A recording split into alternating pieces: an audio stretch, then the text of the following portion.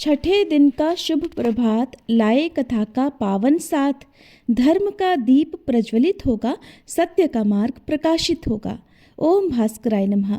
हरे कृष्णा। आप सभी का दिन शुभ हो। आज की ये कथा हमें जीवन की सही दिशा दिखाने और सच्ची भक्ति का महत्व समझाने का अवसर देती है। तो चलिए हम सब आज की इस कथा को सुनने के लिए तैयार होते हैं। इससे पहले के अध्याय में आपने जाना था कि किस प्रकार नंदिकेश्वर ने कार्तिकेय जी से साथ चलने को कहा, जो कि कृत्तिकाओं के पास थे।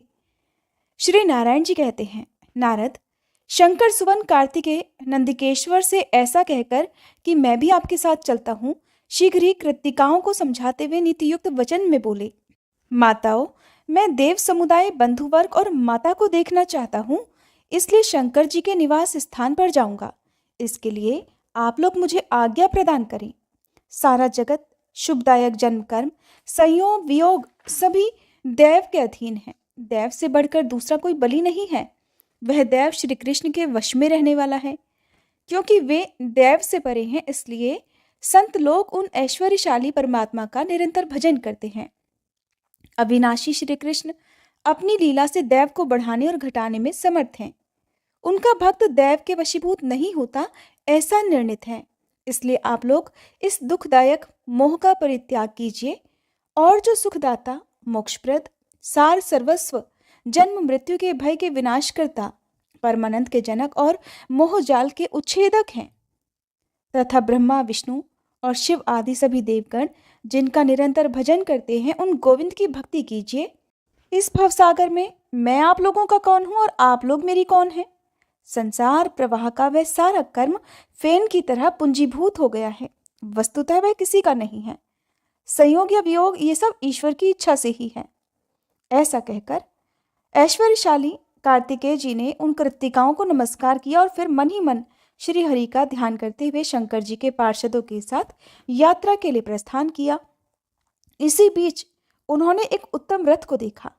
वह बहुमूल्य रत्नों का बना हुआ था, जिसे विश्वकर्मा जी ने भली भांति निर्माण किया था। उसमें स्थान स्थान पर माणिक्य और हीरे जड़े गए थे, जिससे उसकी अपूर्व शोभा हो रही थी। पारिजात पुष्पों की माला से वह सुशोभित था। मणियों के दर्पण और श्वेत चंवरों से वह अत्यंत उद्भासित हो रहा था। उसका वेग मन के समान था और श्रेष्ठ पार्षद उसे घेरे हुए थे। उस रथ को देवी पार्वती ने भेजा था। उस रथ पर कार्तिकेय जी को चढ़ते देखकर कृत्तिकाओं का हृदय दुख से फटा जा रहा था। दुख के मारे उनके केश खुलकर बिखर गए थे और वे पुत्र शोक से व्याकुल थीं। सहसा चेतना प्राप्त होने पर अपने सामने स्कंद अर्थात कार्तिकेय जी को देखकर वे अत्यंत शोक के कारण ठगी सी रह गईं। फिर वहीं भयवश उन्मत्त की तरह कहने लगी, हाय, अब हम लोग क्या करें, कहाँ चली जाएं? बेटा, हमारे आश्रय तो तुम ही हो। इस समय तुम हम लोगों को छोड़कर कहाँ जा रहे हो? ये तुम्हारे लिए धर्मसंगत बात नहीं है। हम लोगों ने बड़े स्नेह से तुम्हें पाला पोसा है, इसलिए तुम धर्मानुसार हमारे पुत्र हो। भला उपयुक्त पुत्र मातृ वर्गों का परित्याग कर दे, ये भी कोई धर्म है? ऐसा कहकर सभी कृत्तिकाओं ने कार्तिकेय जी को अपने सीने से लगा लिया और पुत्र वियोग जन्य दारुण दुख के कारण वे फिर से मूर्छित हो गई। मुने, फिर कुमार कार्तिकेय जी ने आध्यात्मिक वचनों द्वारा उन्हें समझाया और फिर उनके द्वारा पार्षदों के साथ वे उस रथ पर सवार हो गए।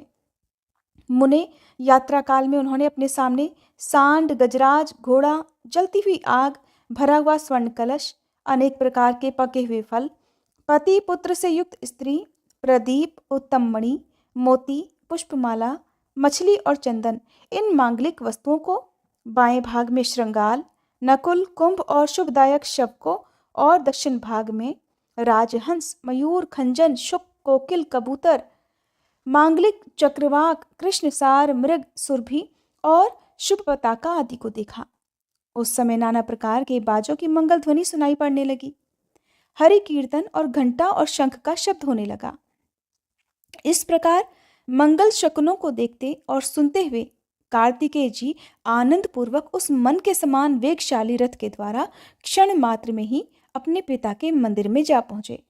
वहां कैलाश पर पहुंचकर वे अविनाशी वटवृक्ष के नीचे कृत्तिकाओं और श्रेष्ठ पार्षदों के साथ कुछ देर के लिए ठहर गए। उस नगर के राजमार्ग बड़े मनोहर थे। उन पर चारों ओर पद्मराग और इंद्रनील मणि जड़ी हुई थी। समूह के समूह केले के खंभे गड़े हुए थे, जिन पर रेशमी सूत में गुंथे हुए चंदन के पल्लवों की बंधनवार लटक रही थी। वह पूर्ण कुंभों से सुशोभित था। उस पर चंदन मिश्रित जल का छिड़काव किया गया था। असंख्यों रत्न प्रदीपों और मणियों से उसकी विशेष शोभा हो रही थी। वह सदा उत्सवों से व्याप्त, हाथों में दूब और पुष्प लिए हुए वंदियों और ब्राह्मणों से युक्त तथा पति पुत्रवती साध्वी नारियों से समन्वित था। समस्त मंगल कार्य करके देवी पार्वती, लक्ष्मी जी, सरस्वती जी, दुर्गा, सावित्री, तुलसी, रति, अरुंधति, अहिल्या, दिति, सुंदरी तारा, अदिति, शत्रुपा, शची, संध्या, रोहिणी, स्वाहा, अनुसुईया, संज्ञा, वरुण पत्नी, आकुति, प्रसूति, देवहूति, मेनका, एक रंग तथा एक प्रकृति वाली मैनाक पत्नी वसुंधरा और मनसा देवी को आगे करके वहां आई। फिर देवगण, मुनि समुदाय, पर्वत, गंधर्व और किन्नर सब के सब आनंद मगन होकर कुमार के स्वागत में गए। महेश्वर भी तरह तरह के बाजों, रुद्रगणों, पार्षदों, भैरवों और क्षेत्रपालों के साथ वहां पधारे। फिर शक्तिधारी कार्तिकेय जी पार्वती जी को निकट देखकर हर्ष गदगद हो गए। उस समय वे तुरंत ही रथ से उतर पड़े और सिर झुकाकर उन्हें प्रणाम करने लगे। तब पार्वती जी ने कार्तिकेय को देखकर लक्ष्मी आदि देवियों, मुनि पत्नियों और शिव आदि सभी से यत्नपूर्वक परम भक्ति के साथ संभाषण किया, अर्थात वार्तालाप किया, और उन्हें अपनी गोद में उठाकर वे चूमने लगी। फिर शंकर जी, देवगण, पर्वत, शैलपत्नियों, पार्वती जी आदि देवियों तथा सभी मुनियों ने कार्तिकेय जी को शुभाशीर्वाद दिया। फिर कुमारगणों के साथ शिव भवन में आए। वहां सभा के मध्य में उन्होंने क्षीर सागर में शयन करने वाले भगवान विष्णु को देखा। वे रत्न आभूषणों से विभूषित होकर रत्न सिंहासन पर विराजमान थे। धर्म, ब्रह्मा, इंद्र, चंद्रमा, सूर्य, अग्नि, वायु आदि देवता उन्हें घेरे हुए थे। उनका मुख प्रसन्न था और उस पर थोड़ी थोड़ी मुस्कान की छटा छा रही थी। वे भक्तों पर अनुग्रह करने के लिए कातर हो रहे थे। उन पर श्वेत चवर डुलाया जा रहा था और देवेंद्र तथा मुनीन्द्र उनकी स्तुति कर रहे थे। उन जगन्नाथ को देखकर कार्तिकेय जी के सर्वांग में रोमांच हो आया। उन्होंने भक्तिभाव पूर्वक सिर झुकाकर उन्हें प्रणाम किया। इसके बाद ब्रह्मा जी, धर्म, देवताओं और हर्षित मुनिवरों में प्रत्येक को प्रणाम किया और उनका शुभ आशीर्वाद प्राप्त किया। फिर बारी बारी से सबसे कुशल समाचार पूछकर वे एक रत्न सिंहासन पर जा बैठे। उस समय पार्वती जी सहित शंकर जी ने ब्राह्मणों को बहुत सारा धन दान किया। श्री नारायण जी कहते हैं, नारद, फिर जगदीश्वर विष्णु जी ने प्रसन्न मन से शुभ मुहूर्त निश्चय करके कार्तिकेय को एक रमणी सिंहासन पर बिठाया और कौतुकवश तरह तरह के झांझ, मंजीरे और यंत्रमय बाजे बजवाए। फिर अमूल्य रत्नों के बने हुए सैकड़ों घड़ों से, जो वेद मंत्रों द्वारा अभिषिक्त और संपूर्ण तीर्थों के जल से भरे थे, कार्तिकेय जी को हर्षपूर्वक स्नान कराया। फिर कार्तिकेय जी को प्रसन्न मन से बहुमूल्य रत्नों द्वारा निर्मित किरीट, 2 मांगलिक बाजूबंद, अमूल्य रत्नों के बने हुए बहुत से आभूषण, अग्नि में तपाकर शुद्ध किए हुए 2 दिव्य वस्त्र, क्षीर सागर से उत्पन्न हुई कौस्तुभ मणि और वनमाला दी। ब्रह्मा जी ने यज्ञ सूत्र, वेद, वेदमाता गायत्री, संध्या मंत्र, कृष्ण मंत्र, श्री हरि का स्तोत्र और कवच का मंडल, ब्रह्मास्त्र तथा शत्रु विनाशिनी विद्या प्रदान की। धर्म ने दिव्य धर्म बुद्धि और समस्त जीवों पर दया समर्पित की। शिव जी ने परमोत्कृष्ट मृत्युंजय ज्ञान, संपूर्ण शास्त्रों का ज्ञान, निरंतर सुख प्रदान करने वाला परम मनोहर तत्व ज्ञान, ब्रह्म ज्ञान, त्रिशूल, पिनाक, फरसा, शक्ति, पाशुपतास्त्र, धनुष और संधान संहार के ज्ञान सहित संहारास्त्र अर्पित किया। अन्य सभी देवतागणों ने भी अपनी अपनी शक्तियां और शुभाशीर्वाद उन्हें प्रदान किया। इसके बाद सभी देवतागण, मुनिगण और गंधर्व जगदीश्वरों को प्रणाम करके अपने अपने घर चले गए। नारद, इसके बाद शंकर जी ने नारायण, ब्रह्मा जी और धर्म की स्तुति की और फिर धर्म का आलिंगन करके परम प्रिय श्री हरि को मस्तक झुकाया। फिर शंकर जी द्वारा सत्कृत होकर शैलराज हिमालय गणों सहित प्रेम पूर्वक वहां से विदा हुए। इस प्रकार जो जो लोग वहां आए थे वे सभी आनंद पूर्वक प्रस्थान कर गए। तब महेश्वर देवी पार्वती जी के साथ बड़े आनंद से वहां रहने लगे। कुछ समय बीतने के बाद शंकर जी ने पुनः उन सभी देवों को बुलाकर विवाह विधि के अनुसार पुष्टि को महात्मा गणेश के हाथों समर्पित कर दिया। इस प्रकार दोनों पुत्रों तथा गणों के साथ रहती हुई पार्वती जी का मन बड़ा प्रसन्न था। जब सभी देवता गणों द्वारा कार्तिकेय जी का अभिषेक कराया जा रहा था, उस समय प्रजापति ने देवसेना को, जो रत्नाभरणों से विभूषित, परम विनीत, उत्तम शीलवती, मन को हरण करने वाली, अत्यंत सुंदरी थी, जिसे विद्वान लोग शिशुओं की रक्षा करने वाली महाषष्ठी भी कहते हैं, वैवाहिक विधि के अनुसार वेद मंत्रोच्चार पूर्वक कार्तिकेय जी को अर्पित कर दिया। नारद, इस प्रकार मैंने देवताओं का समागम, पार्वती जी को पुत्र प्राप्ति, कुमार कार्तिकेय का अभिषेक, उनका पूजन और विवाह तथा गणेश जी का विवाह, ये सारा वृतांत वर्णन कर दिया। अब तुम्हारे मन में कौन सी अभिलाषा है, फिर और क्या सुनना चाहते हो? नारद जी ने पूछा, महाभाग नारायण, आप तो वेद वेदांगों के पारगामी विद्वान हैं। परमेश्वर, मैं आपसे एक बहुत बड़े संदेह का समाधान करना चाहता हूँ। प्रभो, जो देवेश्वर महात्मा शंकर के पुत्र और विघ्नों के विनाशक हैं, उन गणेश्वर के लिए जो विघ्न घटित हुआ, उसका क्या कारण है? जब परिपूर्णतम परात्पर परमात्मा श्रीमान गोलोकनाथ स्वयं ही अपने अंश से पार्वती जी के पुत्र होकर उत्पन्न हुए थे, तब उन ग्रहाधिराज भगवान श्री कृष्ण के मस्तक का ग्रह की दृष्टि से कट जाना बड़े आश्चर्य की बात है। आप इस वृतांत को मुझे बतलाने की कृपा कीजिए कि ऐसा क्यों और किस प्रकार हुआ। श्री नारायण ने कहा, हे ब्राह्मण, विघ्नेश्वर का यह विघ्न जिस कारण से हुआ था, उस प्राचीन इतिहास को तुम सावधान होकर सुनो। नारद, एक समय की बात है, भक्त वत्सल शंकर जी ने माली और सुमाली को मारने वाले सूर्य पर बड़े क्रोध के साथ त्रिशूल से प्रहार किया। वह शिवजी के समान तेजस्वी त्रिशूल अमोघ था, इसलिए उसकी चोट से सूर्य की चेतना नष्ट हो गई और वे तुरंत ही रथ से नीचे गिर पड़े। जब कश्यप जी ने देखा कि मेरे पुत्र की आंखें ऊपर को चढ़ गई हैं और वह चेतनाहीन हो गया है, तब वे उसे छाती से लगाकर फूट फूट कर विलाप करने लगे। उस समय सारे देवताओं में हाहाकार मच गया। वे सभी भयभीत होकर जोर जोर से रोने लगे। अंधकार छा जाने से सारा जगत अंधीभूत हो गया। तब ब्रह्मा जी के पौत्र तपस्वी कश्यप जी, जो ब्रह्म तेज से प्रज्वलित हो रहे थे, अपने पुत्र को प्रभाहीन देखकर शिवजी को शाप देते हुए बोले, जिस प्रकार आज तुम्हारे त्रिशूल से मेरे पुत्र का वक्ष स्थल विदीर्ण हो गया है, हे शिव, उसी तरह तुम्हारे पुत्र का मस्तक भी कट जाएगा। शिवजी आशुतोष तो है ही, अतः क्षण मात्र में ही उनका क्रोध चला गया। तब उन्होंने उसी क्षण ब्रह्म ज्ञान द्वारा सूर्य को जीवित कर दिया। फिर जो ब्रह्मा विष्णु और महेश के अंश से उत्पन्न है, वे त्रिगुणात्मक भक्त वत्सल सूर्य चेतना प्राप्त करके पिता के समक्ष खड़े हो गए। फिर भक्ति पूर्वक पिताजी को तथा शंकर जी को प्रणाम किया। साथ ही पिता द्वारा किए गए शंभु के शाप को जानकर वे कश्यप जी पर ही क्रुद्ध हो गए, जिससे उन्होंने अपने विषय को ग्रहण नहीं किया और क्रोध में आकर यूं कहा कि ईश्वर के बिना ये सब कुछ तुच्छ, अनित्य और नश्वर है।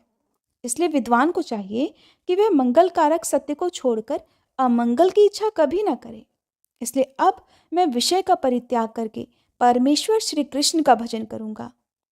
यह सुनकर देवताओं ने ब्रह्मा जी को प्रेरित किया। तब उन प्रभु ने शीघ्रतापूर्वक वहां पधारकर सूर्यदेव को समझाया और उन्हें उनके कार्य पर नियुक्त किया। फिर ब्रह्मा जी, शिव जी और कश्यप जी आनंद पूर्वक सूर्य को आशीर्वाद देकर अपने अपने भवन को चले गए। इधर सूर्य भी अपनी राशि पर आरूढ़ हो गए। उसके बाद माली और सुमाली व्याधिग्रस्त हो गए।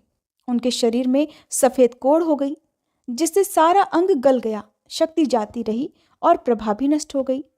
तब स्वयं ब्रह्मा जी ने उन दोनों से कहा कि सूर्य के कोप से ही तुम दोनों हतप्रभ हो गए हो और तुम्हारा शरीर भी गल गया है, इसलिए तुम लोग सूर्य का ही भजन करो। फिर ब्रह्मा जी उन दोनों को सूर्य देव का कवच, स्तोत्र और पूजा की सारी विधि बतलाकर ब्रह्मलोक को चले गए। फिर वे दोनों पुष्कर में जाकर सूर्य देव का भजन करने लगे। वहां वे तीनों काल अर्थात सुबह, दोपहर, शाम स्नान करके भक्ति पूर्वक उत्तम सूर्य मंत्र के जप में तल्लीन हो गए। फिर समयानुसार सूर्य देव से वरदान पाकर वे पुनः अपने असली रूप में आ गए। इस प्रकार नारद, मैंने ये सारा वृतांत वर्णन कर दिया, अब और क्या सुनना चाहते हो? तब नारद जी ने श्री नारायण मुनि से जो कुछ भी पूछा उसका वर्णन आप अगले अध्याय में सुनेंगे। अब सुनिए श्री सूर्य चालीसा पाठ और भगवान सूर्य की आरती। श्री रवि हरत हो घोरतम, अगणित किरण पसारी, वंदन करूं तब चरणन में, अर्घ देऊं जलधारी। सकल सृष्टि के स्वामी हो, सचराचर के नाथ, निस दिन होत तुमसे ही, होवत संध्या प्रभात। जय भगवान सूर्य तमहारी, जय खगेश दिन कर शुभकारी।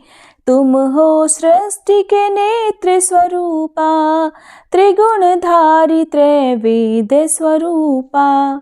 तुम ही करता पालक संहारक, भुवन चतुर्दश के संचालक। सुंदर बदन चतुर्भुजधारी, रश्मि रथी तुम गगन विहारी। चक्र शंख अरु श्वेत कमल धर, वर मुद्रा सोहत चोटे कर। शीश मुकुट कुंडल गलमाला, चारु तिलक तब भाल विशाला।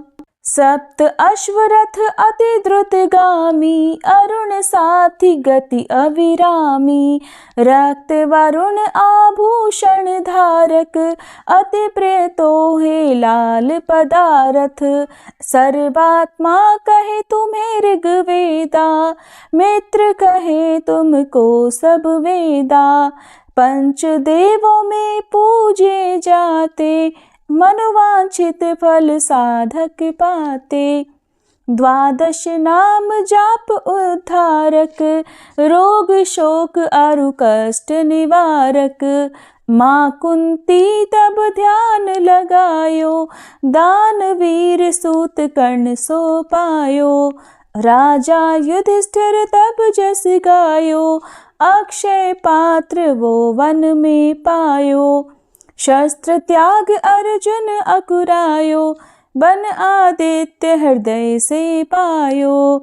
विंध्याचल तब मार्ग में आयो, हाहाकार तिमिर से छायो। मुनि अगस्त गिरि गर्व मिटायो, निज तप बल से विंध्य नवायो।